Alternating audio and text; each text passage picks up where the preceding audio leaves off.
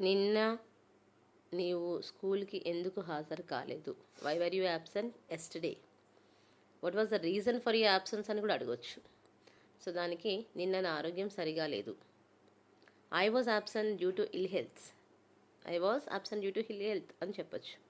I was under the weather అని కూడా చెప్పచ్చు.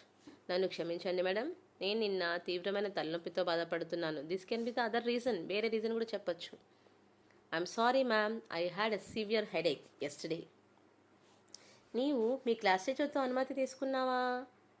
First of all I have a doubt అని టీచర్ క్వశ్చన్ చేస్తుంది. Did you take permission from your class teacher అని చెప్పేసి.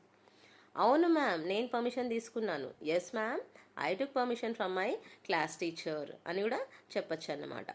It's a conversation in between a teacher and a kid where a teacher is questioning a student of his or her absence in the school or in the class.